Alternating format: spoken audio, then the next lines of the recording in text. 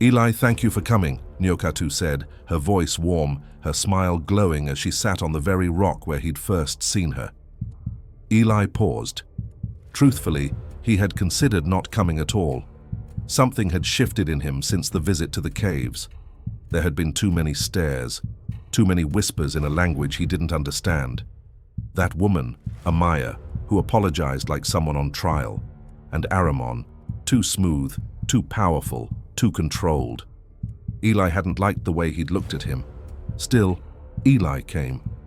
Because something about Nyoka'tu still pulled him, like a string wrapped around his chest, tugging gently but firmly toward her. I was not sure you would see me today. I wasn't sure either, he admitted, staying a few steps away.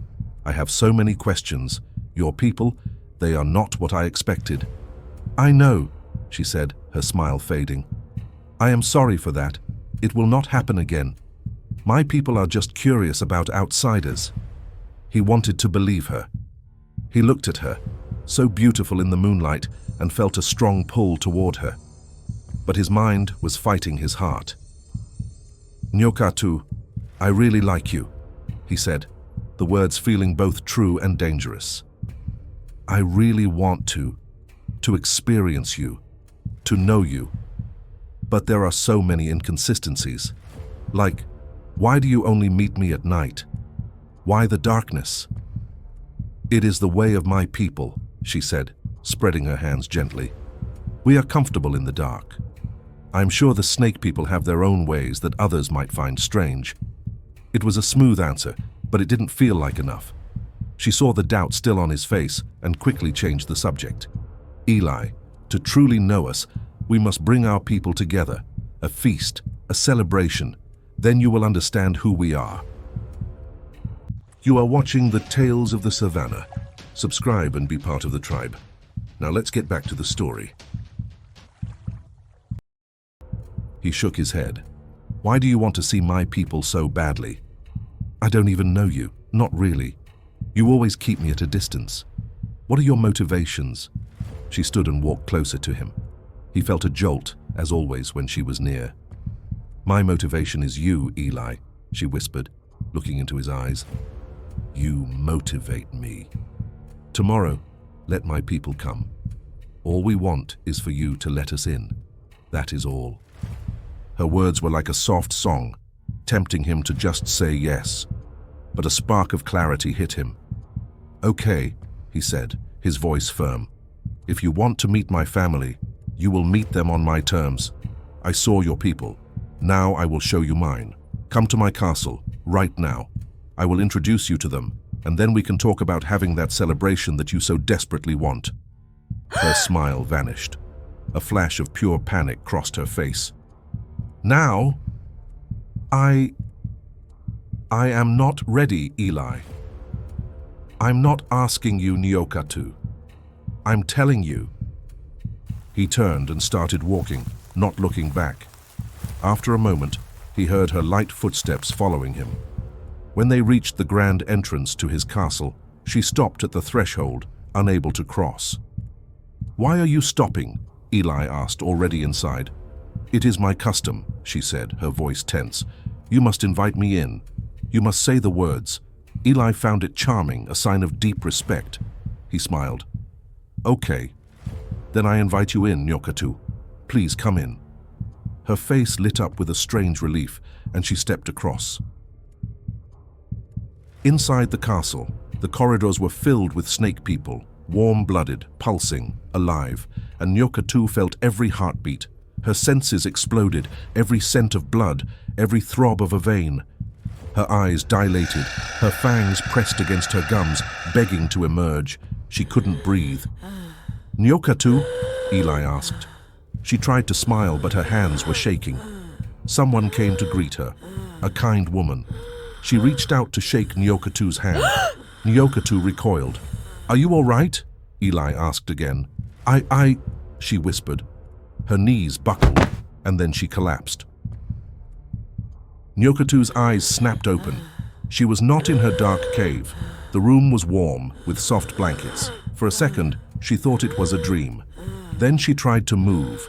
A cold, hard sound stopped her. the clink of metal. She looked down.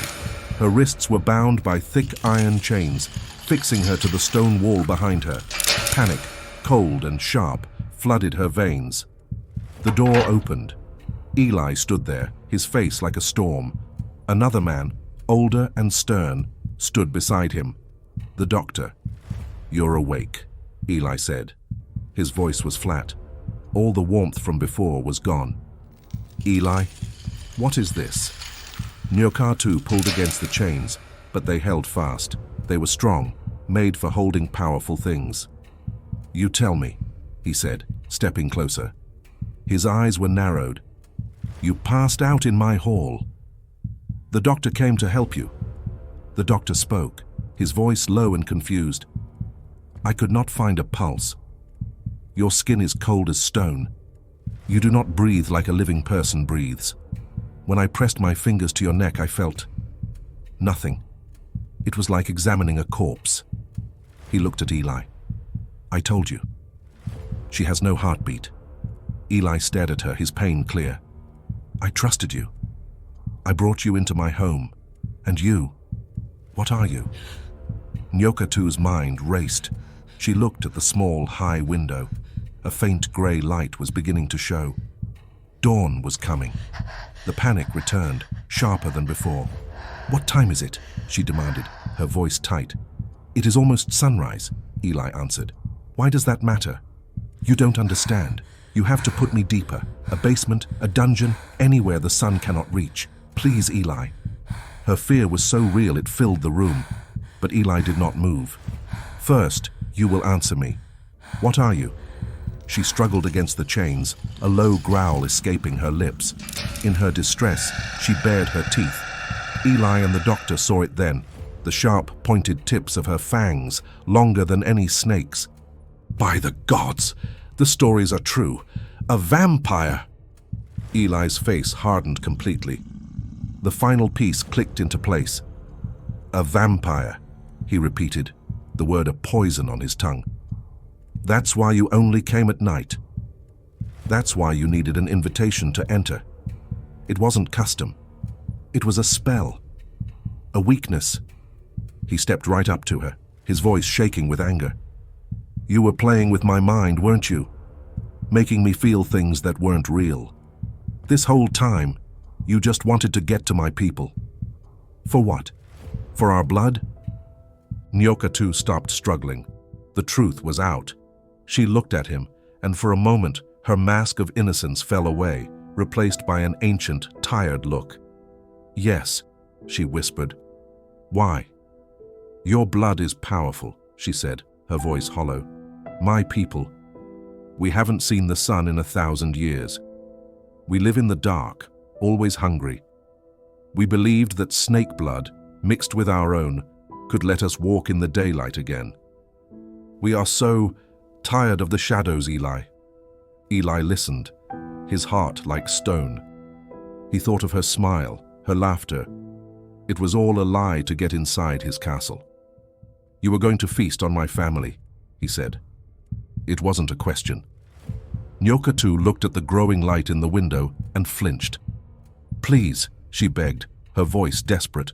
"The sun, it will burn me alive. Please, don't let me die like that." Eli looked from her terrified face to the chains that held her. He had a monster in his dungeon, a monster who had tried to trick him into betraying his entire people. He made his decision. "We will cover the windows completely for you," he said coldly, "but you will stay in these chains. You wanted to meet my people so badly? Well, you are our prisoner now. We have many, many questions." He turned and walked to the door, the doctor following him. He paused before leaving, looking back at her one last time. "The feast is cancelled." But deep within the caves, the Damu Laivu were growing restless. Nyoka'tu had not returned, and dawn was near. There was nothing they could do now, not until the sun dipped below the earth again. So they waited. And in the silence, a dark thought took root. Perhaps she had been killed. No one spoke it aloud, but the fear was there, thick in the air, like smoke. Aramon stood among them, still as stone. "We must prepare," he said coldly. There would be no more games, no more seduction, no more invitations. The snake people would be devoured. And so the Damu Laivu began to ready themselves for war and for feeding. Deep in the dungeons, darkness pressed against the stone walls. Zorro, Sia, Tendai, and Palesa stood in silence, holding their breath. Every sound echoed, the rustle of cloth, the creak of leather, the soft groan coming from Vusi. They were running out of time. Sia had Vusi's arm flung across his shoulder. Tendai supported him from the other side. Vusi's legs dragged across the floor. He was shaking, sweat pouring down his face, teeth clenched to keep himself from screaming. But the voices were still there, louder, meaner, closer. "Kill them. They're your enemies. Rip them open. One by one." Vusi closed his eyes tight, his jaw locked, but a sound slipped out, a deep, painful grunt. Zorro spun around. "Shh! We have to move," Sia whispered. "He's not strong enough," Tendai said. "He can't run like this." "Then he'll crawl," Zorro snapped, "because if he makes another sound..." Suddenly above them, a horn sounded, a long, low, bone-rattling blast. They all froze. Sia whispered, "What is that?" Palesa swallowed hard. "It means they're searching." Cabos ordered a sweep above ground. The hunter camp exploded into motion. Torches lit, arrows drawn. Cabo stood outside, his cloak fluttering in the cold wind. He stood still, eyes narrowed. He could smell it again. Snake. But this time, the scent was clean. Not mixed, not covered. The heads had been taken down at his command. He could not wait for 2 more days, as Zorro had suggested. But even now, the smell still lingered. Cabo turned to one of the big 5 Temba. "Temba, take 10 warriors, sweep the south wing, start near the old dungeons." Temba nodded. "Yes, Commander." "There's something here," Cabo muttered to himself. "Something hiding in the dark." "We have to go." "Now," Sia said, his voice tight. He and Tendai still held Vusi up. The young man was a dead weight, his body trembling with the effort to contain the madness screaming in his head. "Fight them! Call out! Let them come!" Vusi gritted his teeth, a low, pained grunt escaping his lips. He squeezed his eyes shut, focusing on his mother's terrified face. For her, he would be silent. For her, he would cage the monster. Above them, they could hear the shouts of hunters, the pounding of boots on hard earth. The flurry of activity was like a storm building directly overhead. "The scent! It's gone," Tendai said, panic edging his voice. "Cabo had the heads taken down and buried. They're hunting by smell now, and we're the only source." As if on cue, they heard a group of hunters approaching the dungeon entrance. Their voices were clear and sharp. "The trail leads this way, Temba. It's strong here." Zorro's eyes met Sia's. Without a word, Zorro slipped out of the dungeon entrance, into the shadows just outside. "I've already searched this area," Zorro's voice rang out, firm and authoritative. "But we smell it, Zorro. It's strongest right here," Temba argued. "I said, I've searched it," Zorro snapped, putting the full weight of his reputation behind the lie. "The trail is old. It's leading you astray. Check the eastern tree line. Now." There was a moment of tense silence. Then, the sound of reluctant footsteps moving away. Zorro slipped back inside, his face grim. "They believed me for now. They won't be gone long." Just then, Vusi lost his battle. A louder groan, half strangled, ripped from his throat. It echoed in the stone corridor. From outside, a voice shouted, "Did you hear that?" It came from the dungeon. It was over. The hunters were coming back, and this time, they wouldn't be fooled. "They're going to find us," Tendai said, his hand going to his weapon. Palesa looked at her son, at the man she loved, and then at the mouth of the dungeon, where torchlight was now flickering, growing brighter. Her eyes held a wild, desperate resolve. "I need to change," she said, her voice eerily calm. "I will take Vusi." I can carry him, Sia spun to her. No, you can't. They'll catch us at this pace, she said. But I can outrun them. Sia's voice cracked. They'll hunt you. They'll kill you. She looked at him. They'll kill all of us if I don't. Then, without another word, she dropped to her knees. Her bones cracked, her skin glistened, and before their eyes, Palesa transformed into a colossal snake. Long, scaled, terrifying, beautiful. She looked at her son. Hold on to me, she said. Vusi crawled onto her back, hands gripping the ridges of her body. Tendai stepped back in awe. Sia was frozen, lips parted. And then, she was gone. With one whip of her massive tail, she shot through the corridor like lightning. The wind of her passing blew out torches. Dust flew into the air. For a heartbeat, there was absolute silence. The hunters standing guard, the ones running toward the dungeon, even Kabo from his vantage point, all froze, stunned by the sheer audacity of the sight. A giant snake, moving with impossible speed, a man clinging to its back, streaking across their sacred ground. Then chaos erupted. A snake! A snake in the compound. After it! But the shock had cost them precious seconds. Palesa was already a dark blur, disappearing into the thick waiting forest, heading for the safety of Snake Island. The hunters, now a furious swarm, converged on the dungeon entrance. They poured inside, torches held high, and found the source of the scent. But it wasn't a snake. It was Sia, standing tall. Zorro and Tendai stood slightly behind him, looking appropriately shocked. "Sia!" a hunter whispered, his weapon lowering in confusion. Kabo pushed his way to the front. His old, wise eyes scanned the scene. The empty cell, the three men, and the fading trail of the snake. He looked directly at Sia. "What is the meaning of this?" Kabo's voice was like grinding stone. Sia took a deep breath, selling the lie with every fiber of his being. "I have been hunting that particular serpent for days," he declared, his voice ringing through the dungeon. "It was a cunning one. I tracked it here, to our very home. I was moments from catching it when it burst free." He looked around at the faces of his former brothers, meeting their eyes. "I have returned to the living. To the Brotherhood." A slow smile spread across Kabo's face. He stepped forward and clasped Sia's arm firmly. "It is good to see you, son." "It is good to have you back." A cheer went up among the hunters. They crowded around Sia, slapping his back, welcoming home a hero they thought was lost. But as Sia accepted their praise, his heart was a stone in his chest. He looked past them, into the dark forest where the love of his life had vanished. He saw it all vanish with her, the quiet farm, the animals, the peaceful days, the woman he loved. He had traded it all for her son's freedom. The dream was gone. Now he was a hero among hunters, living a lie in the place he never thought he'd return to. Nala sat in silence. The room was round, lit by jellyfish drifting in glass walls. Her bed was soft, made of something that felt like water and jelly. She had never seen anything like it.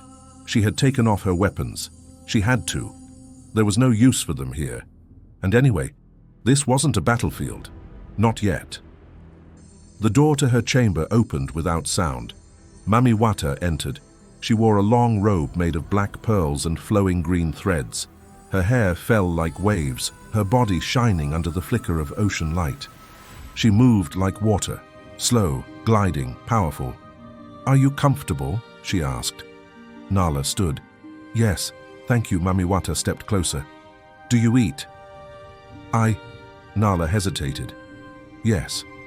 The queen waved her hand. A silver table appeared, floating, carrying bowls of fruit that shimmered and steamed. There was something warm, something sweet, something bitter. Mami Wata poured 2 glasses of dark red liquid. "It's not wine," she said. "It's older than wine. It's made from our sea fruits." She handed a glass to Nala. Their fingers touched. Nala's heart skipped. She took the glass. "Thank you." They sat. For a while they said nothing. Then Mami Wata began to speak. You are trying to think your way out of this. Her voice was a low hum, resonating in the water, in Nala's bones. You cannot. This is a place of judgment. She began to circle, a predator of grace, her eyes never leaving Nala's. Tell me, Nala, when you stand before your hunters, what do they see? Strength, Nala answered, her voice tight. And when you stand before your husband, what does he see? His wife. And when you stand alone, in the deepest quiet of the night, what do you see? Mami Wata stopped directly in front of her, so close Nala could see the flecks of emerald and abyss in her eyes. Or do you never allow yourself the silence to look? The question struck a chord so deep it vibrated in Nala's soul. She had no answer. I came for Zorro, she said, voice quiet. We should talk about him. Mami Wata's smile faded, not cruelly but like a candle gently snuffed. I want to speak about you, Nala, Mami Wata said. I am not hungry for you, Nala whispered, the protest weak even to her own ears. Aren't you? Mami Wata's voice dropped to a conspiratorial whisper.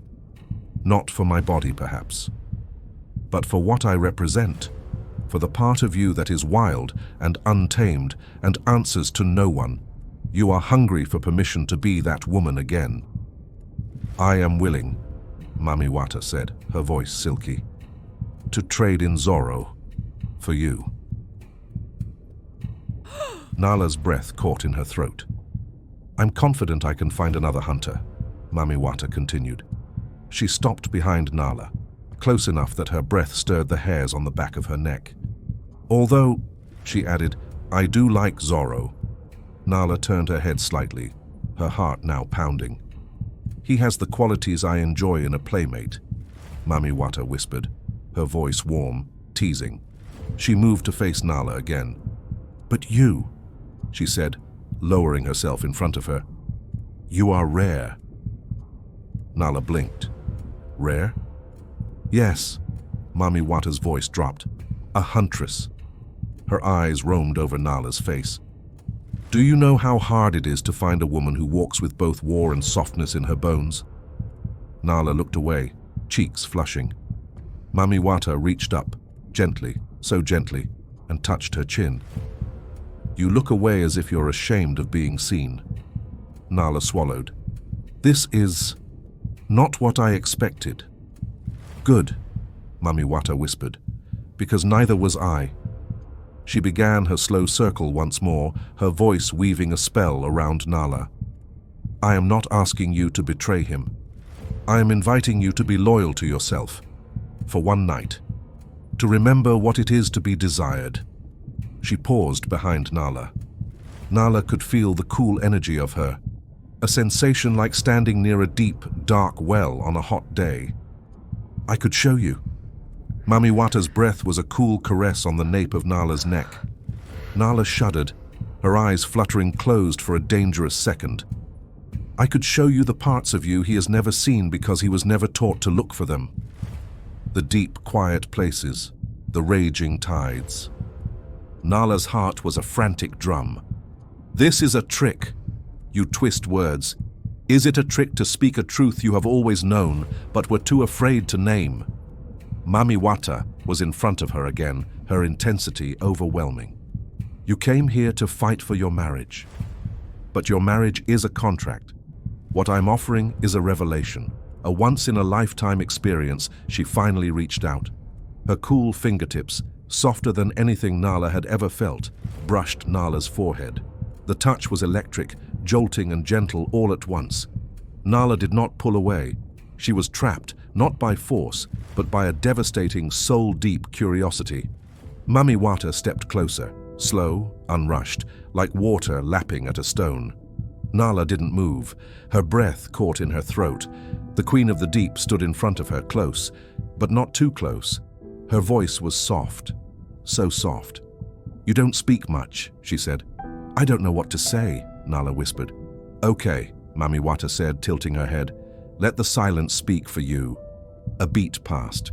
The space between them thickened.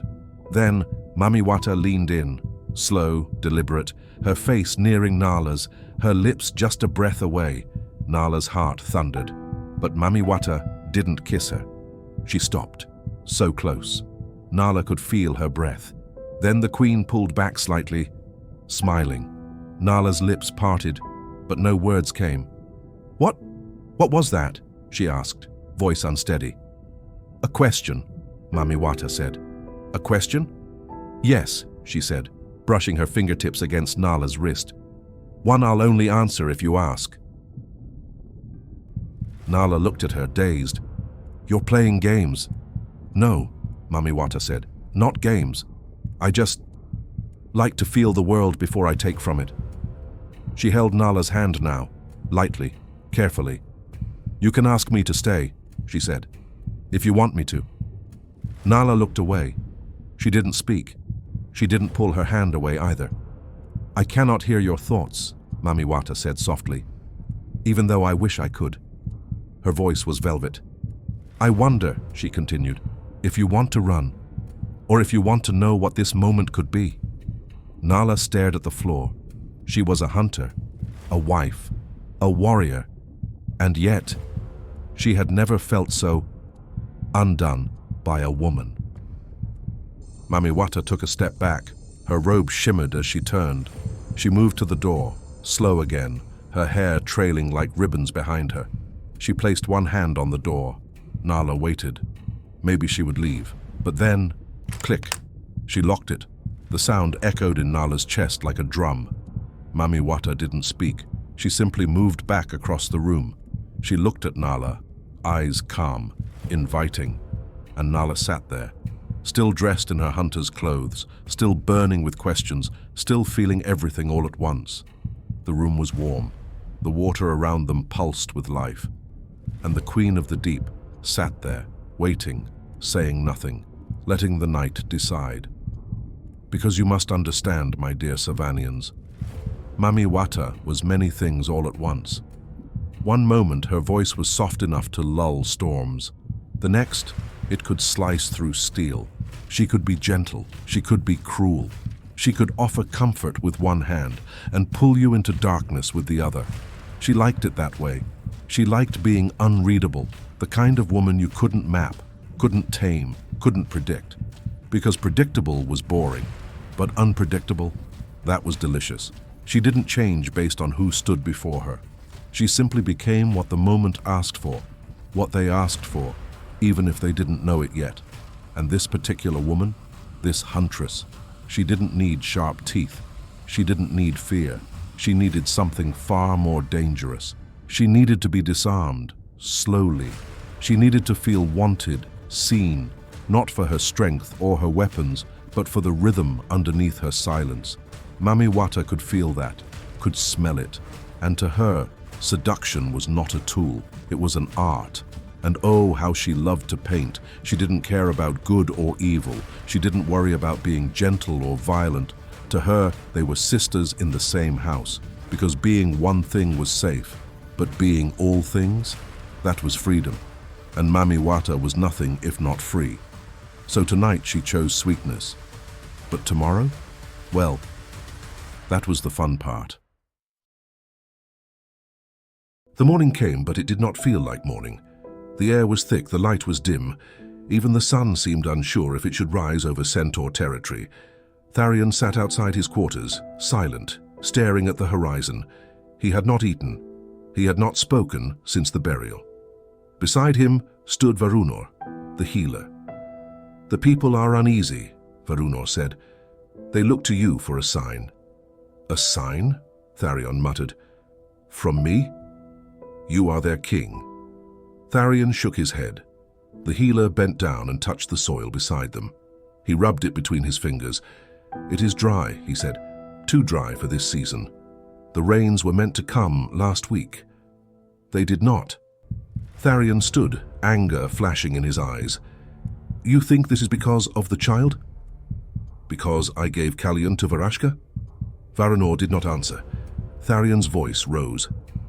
"Say it, healer. You think this is punishment?" Varunor finally spoke, calm and slow.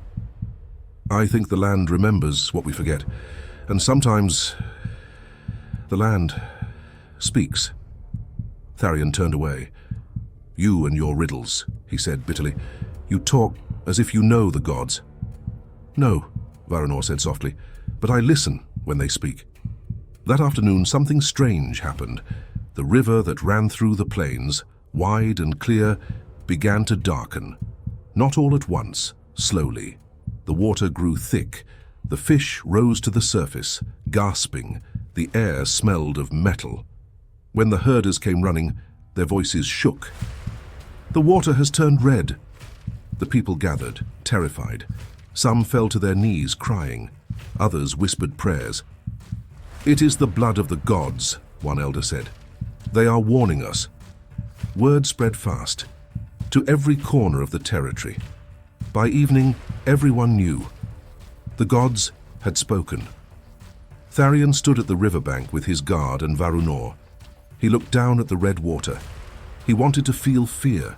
He wanted to believe what they said, but something in him, something cold and heavy, would not move. It's mud, he said. That's all. Mud from the mountains. Varanor looked at him with sad eyes. The mountains have not moved, Tharion. Enough, Tharion shouted. I will not have panic in my kingdom. This is no curse. This is no omen. He turned and walked away, his jaw tight. The guards followed. Varanor stayed behind, staring at the red water. He whispered a quiet prayer. That night, as Tharion lay awake, thunder rolled far in the distance. Not close. Not yet. But it was coming. And the land, the plains, the rivers, the wind, all held their breath. Tatenda stood near Malia's desk in the lab. He hadn't planned to stop by. He was supposed to be in the field, supposed to be sparring, supposed to be doing anything else. But he had seen her face the night before, the way she had looked when he pulled away. It didn't sit right with him. He waited. She wasn't there. His eyes scanned the table, cluttered with samples, sealed bags, scribbled notes. But then he saw it. A piece of paper, crinkled, torn, forgotten. He picked it up. At first he didn't understand. But there, his name, and below it, Cabo. What is this? Just then, Malia returned. She froze. Her eyes locked on the paper in his hand. I was about to destroy that, she said quickly. Her voice trembled. It's just fragments from the test we ran. I didn't think it mattered anymore. Tatenda looked at her. He didn't know what to say, but her hands were shaking. He folded the paper slowly and handed it to her. Forget I saw it. He hesitated. I shouldn't have said what I said last night. She nodded. It's fine. No, he said. It wasn't fine. I could have said it better. I'm sorry. She gave a small smile. Maybe this was her chance. Then make it up to me, she said gently. He tilted his head. What do you have in mind? Dinner? Dinner for two, maybe? He hesitated, calculating. Then he smiled. Okay, sure, her heart skipped. She smiled back, holding it together. And with that, he left. Maybe, my dear Savannians, the huntress was still in the hunt after all. My Savannians, today we add a new chair to the inner table, a heartfelt welcome to the Ayuks, who have joined the monthly subscription tribe. You have taken your place at the inner table, and for that, I am deeply grateful. Your support is the firewood that keeps these stories alive. To me, the inner circle is not just a seat. It is a circle of priests, healers, and elders who carry wisdom in the savannah. The Ayuks, you choose this seat because you belong in the savannah. Be honored. Be at home. In our lore, when a new seat is taken, we sound the horn of the gods. May it resonate with you deeply and make you feel welcomed. So here it is.